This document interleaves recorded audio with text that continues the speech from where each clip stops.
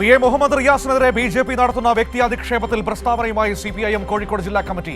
സത്യപ്രതിജ്ഞാ വേളയിൽ വന്ദേമാതരം പൂർണ്ണമായും അവതരിപ്പിച്ചതിൽ ഭരണഘടനാ വിരുദ്ധത ചൂണ്ടിക്കാണിച്ച മുഹമ്മദ് റിയാസിനെ ആക്രമിക്കാനുള്ള നീക്കത്തെ CPIM ജില്ലാ സെക്രട്ടേറിയറ്റ് അപലപിച്ചു.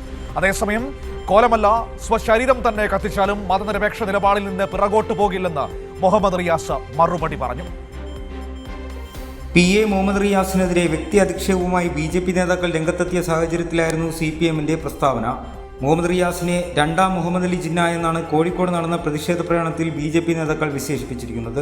പ്രിയപ്പെട്ട മുഹമ്മദ് റിയാസെ, ഞങ്ങൾ ആവർത്തിച്ചു പറയുന്നു, നിങ്ങളുടെ ജനസ്സുകളിലൂടെ ഒഴുകുന്ന രക്തം അത് CPIMന്റേതായാലും ആ താല്പര്യത്തിനായാലും നിങ്ങളെ നിലക്കു നിർത്താൻ ഈ രാജ്യത്ത് ഭാരതീയ ജനതാ പാർട്ടിയുണ്ട്.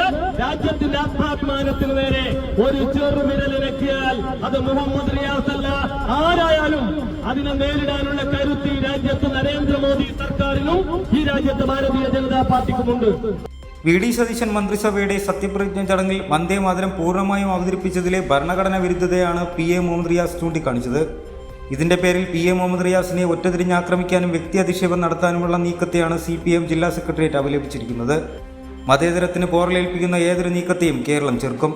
ആ പോരാട്ടങ്ങൾക്ക് CPM നേതൃത്വം നൽകുമെന്നും ജില്ലാ സെക്രട്ടേറിയറ്റ് പ്രസ്താവനയിൽ പറഞ്ഞു. കൈരളി ന്യൂസ്, കോഴിക്കോട്.